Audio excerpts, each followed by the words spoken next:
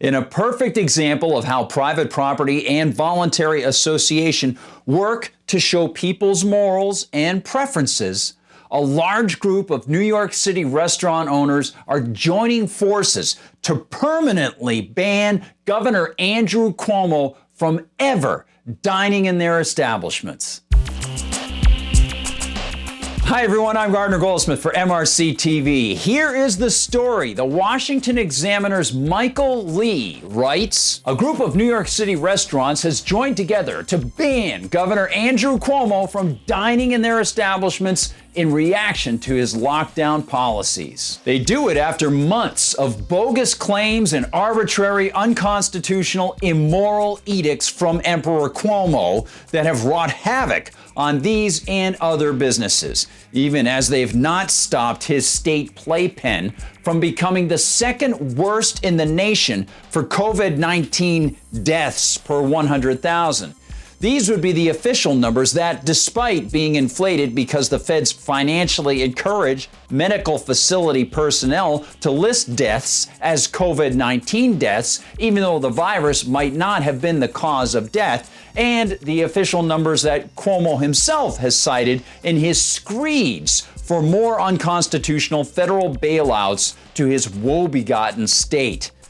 These restaurateurs have wrestled with the government-fed, pop media-fueled fears that the population have felt as this whole thing has gone on. And they've been forced to close. Then they've tried to reopen. But of course, if they're bars, they can't reopen unless they serve food in the right amount or the right kinds of food. Then they could only serve customers outside. And then they had to try to figure out how to let patrons eating outside use the bathrooms inside, even as the cold weather set in and the government shut them down again. All through the use of tax-fed bureaucrats and threats from armed policemen under the control of a leftist who claims to oppose gun violence on the state level and, of course, on the city level, another leftist who is just like him.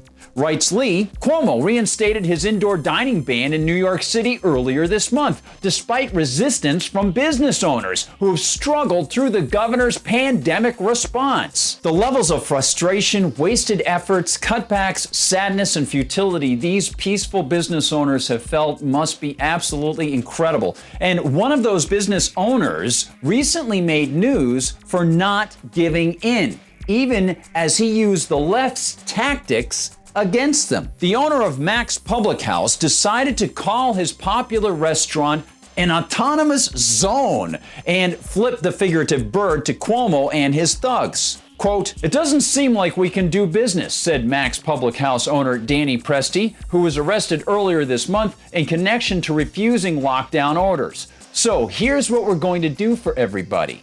We're going to give away everything for free.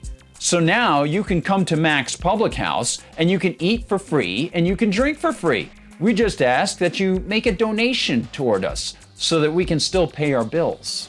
And he asks, which is not what government does, is it? No. The police who are following Cuomo's orders should know a heck of a lot better.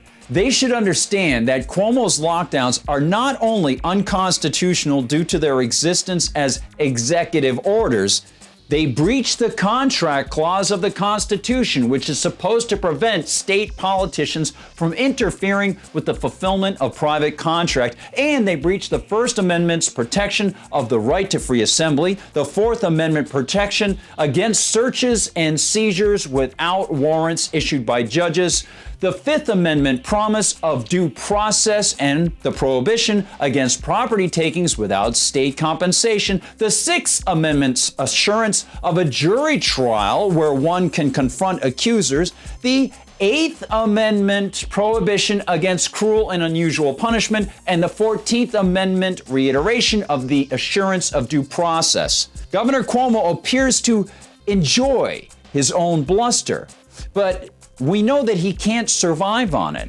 And in a world that actually recognized the private property of businesses, which most contemporary politicians are clueless about this particular fact, business owners could actually show whether they wanted a person like Cuomo in their establishments. And of course, potential customers could show their preferences by patronizing those places or not. Here's the way private property works. Just as potential patrons should not be forced to stay away or forced to enter an establishment, owners of establishments should not be forced to close or to open to people. They should be able to operate as they wish, just as we should be able to operate our bodies as we wish. This is how a spreadable disease is supposed to be handled, by individuals making their own choices about freely associating, by actual people, individuals making their own risk assessments and controlling their own property and themselves. Every interaction on private property is voluntary, as opposed to those on government/public tax-fed property. The presence of the government forces interaction where people might choose to be left alone. And of course, even if they don't want to go on the public property, they still have to pay for it. And this brings us to the final point. Even though these restaurants might choose to ban Cuomo, Cuomo's armed agents and his desk jockeys will be able to claim legal justification to invade those restaurants. Through statute upon statute upon statute and breach upon breach upon breach of the Constitution, we have come a long way from the days when American revolutionaries raised arms against the redcoats for doing a heck of a lot less. But it seems that some people in New York actually remember and are starting to push back. This is private property. This is private property. Leave. You have to leave. Right now you're trespassing without a warrant.